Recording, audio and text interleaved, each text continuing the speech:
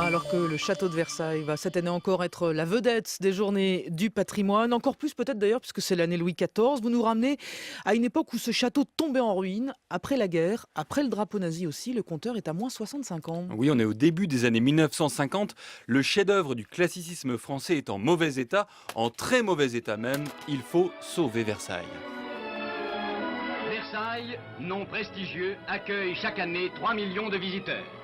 Et pourtant, ces splendeurs de son architecture cachent une profonde misère.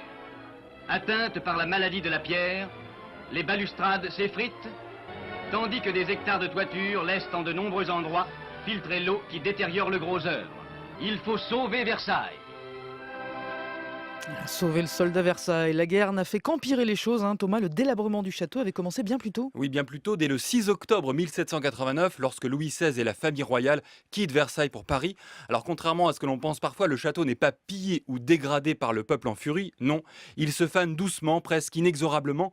Dans un article publié par Émile Zola en 1871, on peut lire « Le château agonise, la sève de la vie ne monte plus dans ses pierres qui s'émiettent, la ruine vient, implacable, rongeant les angles, descellant les dalles, faisant à chaque heure son travail de mort. » Sauf que Thomas, au début des années 50, l'argent manque cruellement. Et en effet, on en arrive même en 1952, alors que le président Vincent Auriol visite le salon de l'automobile, à organiser une grande tombola pour aider à sauver le château de Versailles.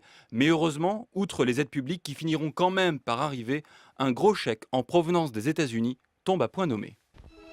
La fortune peut aussi bien quelquefois faire des miracles. En signant un chèque de 100 millions, l'un des frères Rockefeller vient de mettre une parcelle de son immense fortune au service de Versailles.